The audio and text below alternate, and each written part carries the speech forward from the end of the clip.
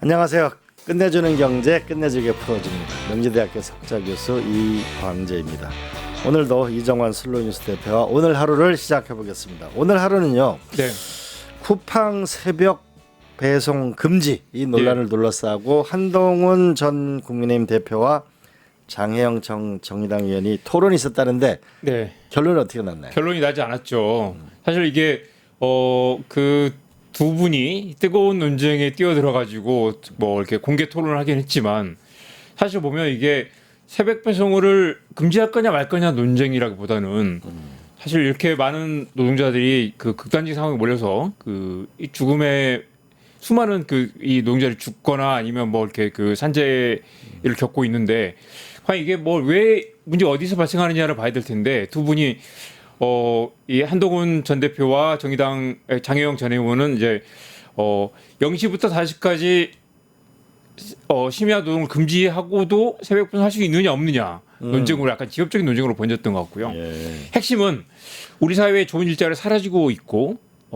수많은 이제 그 이 더 좋은 일자리를 원하는 사람들이 그나마 쿠팡이 그래도 월급이 밀리지 않고 최소한 일하다 손가락이 잘리거나 죽지 않는다라는 그 인식이 있는데 최근에 통계들을 보면 쿠팡에서 일하는 분들이 많이 그 쓰러져 죽거나 심정지로 죽거나 뭐 심장마비로 죽는 그런 사례들. 그러니까 심야 노동이 굉장히 위험하다라는 인식이 확산되고 있는 것 같습니다. 그래서 이거는 또 보면 이제 갈수록 옛날에는 우리가 그 영화 친구에 보면 택시 하나 뽑아줘라고 했잖아요. 그러니까 뭔가 이렇게 일자리 없으면 마지막에 가는 데가 개인 택시였다면 지금은 이제 일자리 없고 당장 그 소득이 필요한 분들이 쿠팡 물류센터나 쿠팡의 뭐 그 일용직 그 배송 기사로 가는데 그게 과연 지속 가능 일자리인가? 그리고 2030 건강하고 뭐 이렇게 건강한 청년들이 갈 수 있는 게 이제 쿠팡 물류센터 하루 일하면 뭐 15만 원씩 받고 한다고 하죠. 그렇지만 이게 그동안 이제 무슨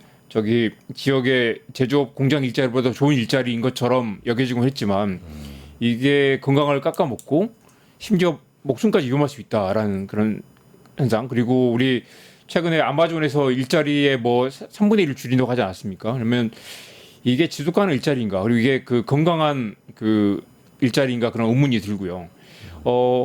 이 양승훈 그 경남대 교수가 쓴 중공업 가족 유토피아를 보면 지역에서 이미 제조업 일자리가 무너지고 있고 수많은 일자리가 무너지기 마지막 그 갈 수 있는 게 우리가 선택할 수 있는 일자리가 이제 그런 그 배달 플랫폼의 일자리일 텐데 그 자체도 무너지면 한국 사람 어디로 가는가라는 근본적인 의문이 있습니다. 그런데 이제 과연 이걸 새벽 배송을 규제할 것인가 말 것인가라는 그런 논란은 한동훈 전 대표와 장혜영 그 전 의원의 논란은 그 수많은 논쟁이 아주 일부일 뿐이다라는 그런 지적이 있습니다. 그 노동자의 삶이 보장되어지는 측면은 또 중요한데 또 한편으로는 소비자들 같은 경우에는 맞벌이 부부 같은 경우 새벽 배송이 필요하다고 맞습니다. 그게 사실은 이제 그 약간의 프레임 왜곡인데 실제로 소비자들한테 새벽 배송 좋으세요?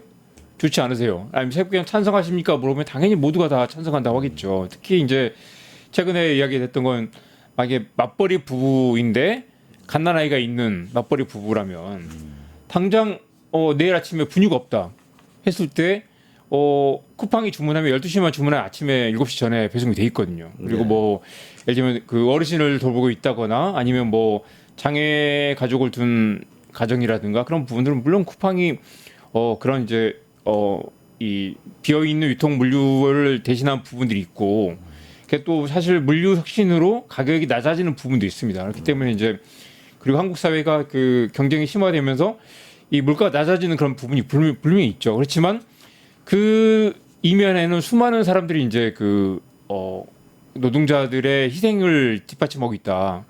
몇 가지 사례만 말씀드려보겠습니다. 2020년 3월에 빌라 계단에 숨진 쿠팡 기사가 있었는데 새벽 2시에 119에 신고해서 봤더니 이분이 이제 10시에 출근해 오후 10시에 출근해서 75가구를 배송해야 되는데 1시간 20가구 이상 배송을 했던 살인적인 일정이었고요. 새벽 2시에. 네.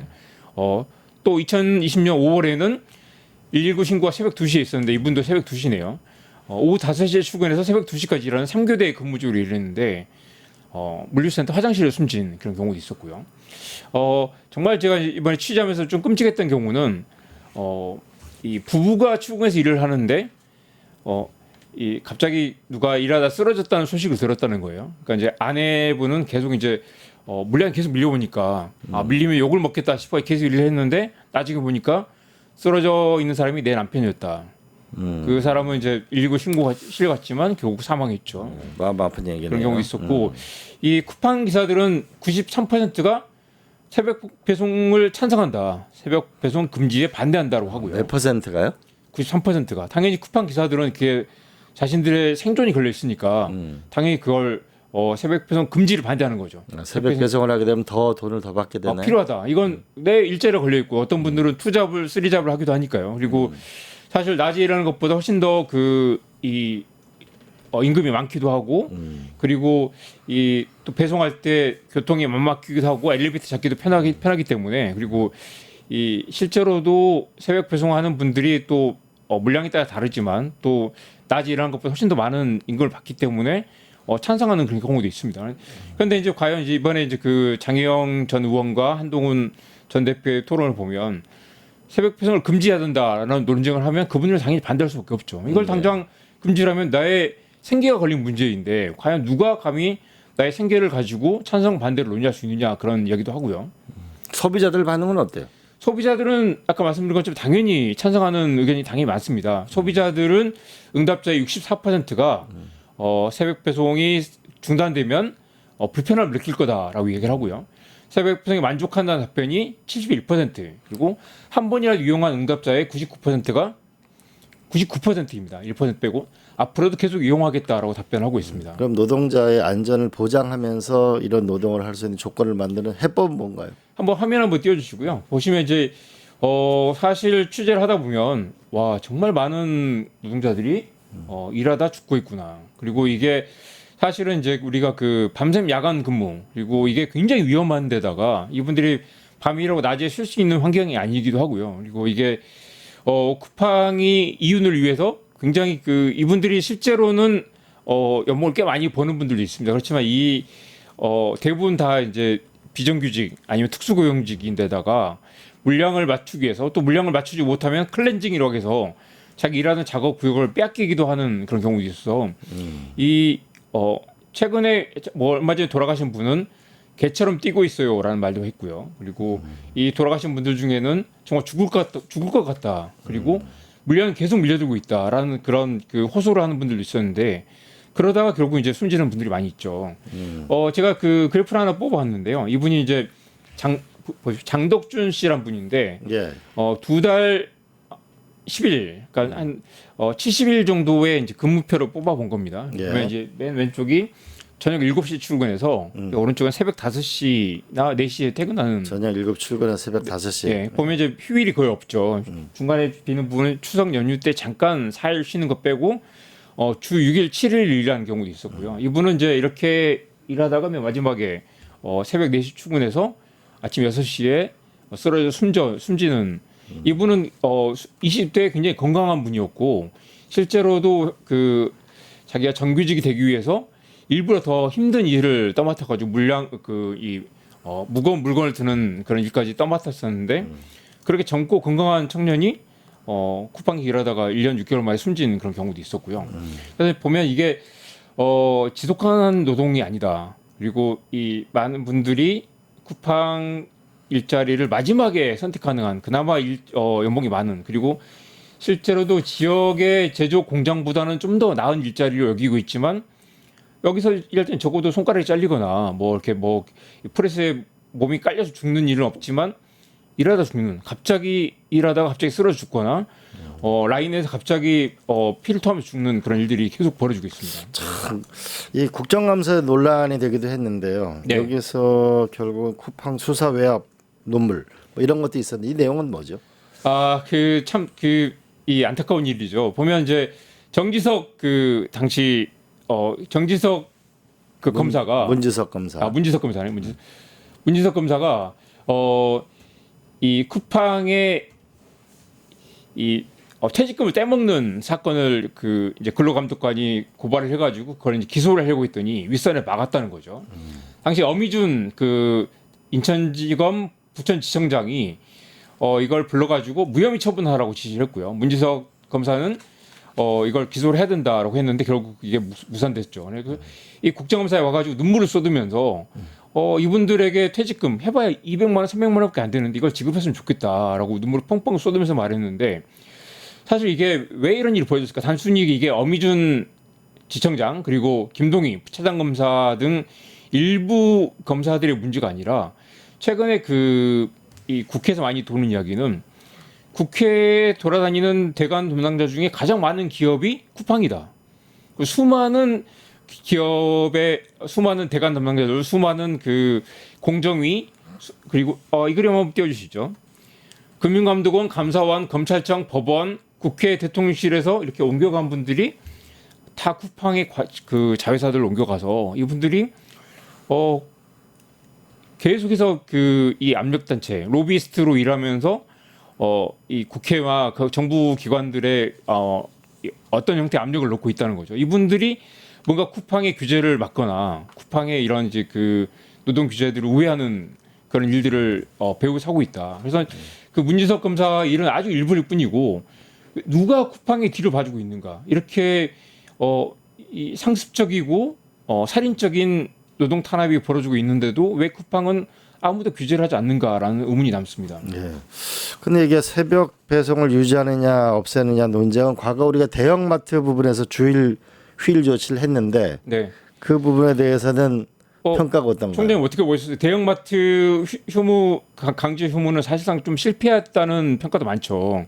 대형마트 휴무를 했다고 해서 그 재래시장 옮겨가지 않았을 뿐더러 사실 이제 그 동네 상권이 사라지도 않았죠. 그리고 이제 그게 획일적인 규제로 오히려 이제 그 전혀 효과를 거두지 못했다라는 이야기 많이 있지만 저는 이제 이게 취재를 해보니까 이런 이제 그 쿠팡의 문제는 단순히 그 상권을 보호하는 문제가 아니라 노동자들의 생존권의 문제인데다가 기본적으로 한국에 노동법이 있고 노동자를 보호하는 안전장치가 있잖아요. 근데 이 쿠팡의 물류센터나 아니면 쿠팡의 이 배송 기사들은 기본적으로 정규직이 아니고 노동법의 보호를 받지 못하는 사실상 자영업자, 특수고용직의 이슈의 영역이 있기 때문에 기본적으로 주 52시간 규제를 받지도 않고요. 그리고 쿠팡은 쿠팡 CS라는 자회사를 통해 가지고 간접 고용을 하고 있기 때문에 사실 우리 그 노란봉투법 계속 논의를 하면 원청의 책임 묻는 쪽으로 바뀌고 있지 않습니까? 그런데 한 번도 쿠팡은 원청의 책임 묻는 그런 경우가 없었습니다. 그리고 이렇게 수많은 그 산재 사고들을 벌이고 있지만 한 번도 원청의 책임을 묻거나 아니면 규제를 한 경우가 없었고요. 자, 그래서 쟁점을 명확하게 할 필요가 있는데 지금 최근에 논쟁들이 좀 약간 잘못 핀트가 어긋났다고 보는 게 소비자들에게 여러분 새벽 배송 찬성하십니까 하면 당연히 찬성한다고 하겠죠. 저라도 당연히 새벽 배송이 편리하니까 찬성하겠죠. 저는 이제 몇 년 전부터 쿠팡을 불매운동하고 있습니다만 또 하나 택배 노동자들에게 이거 쿠팡이 일하고 싶으세요 물어보면 당장 그분들 생계가 걸린 문제이기 때문에 찬성하겠죠. 그 두 가지는 논점을 벗어났다. 그리고 당연히 쿠팡을 새벽 배송을 금지하면 이분들 일자리를 잃는 거 아니겠습니까? 그렇기 때문에 일자리 보호로 같이 논의를 해야 되는데 단순히 그 장혜영 의원과 한동훈 전 대표의 그 논쟁은 새벽 배송을 없앨까요 말까요라고 논쟁을 가서는 안 된다는 거죠. 핵심은 쿠팡이 답을 내려야 된다. 또한은 정부가 제 역할을 해도 달라진다. 정부가 해야 될 건 뭐냐면 정부가 뭘 해야 되나요, 진짜?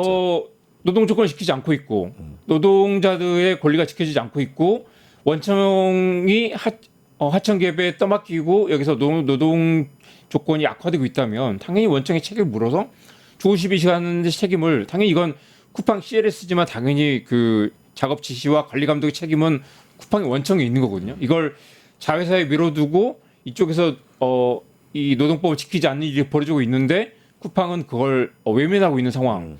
당연히 그러면 이런 상황이면 사람들이 죽어나가고 있으면 고용노동부에 나서서 근로감독을 하고 근로감독이 이거 그 지키지 않고 있으면 과징금을 물려서 당연히 제재를 해야 되는데 이게 지켜지지 않고 있는 게 일단 문제다. 네. 그리고 쿠팡이 지금 이렇게 그 노동자들, 소비자들이 토론을 할 게 아니라 쿠팡이 노동법을 지키지 않고 있으면 쿠팡이 답을 내놔야 되는 거죠.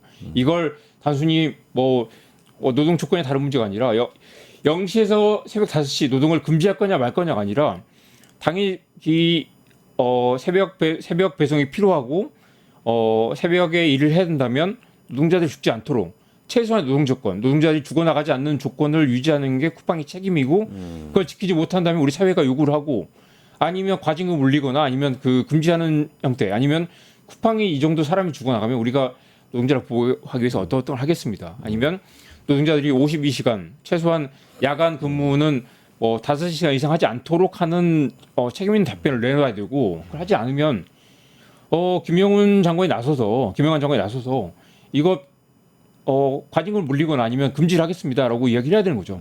그래서 저는 이재명 대통령이 저기 파리바게트 가서 SPC가 강하게 항의를 하지 않았습니까? 이걸 책임을 묻겠다고 하지 않았습니까?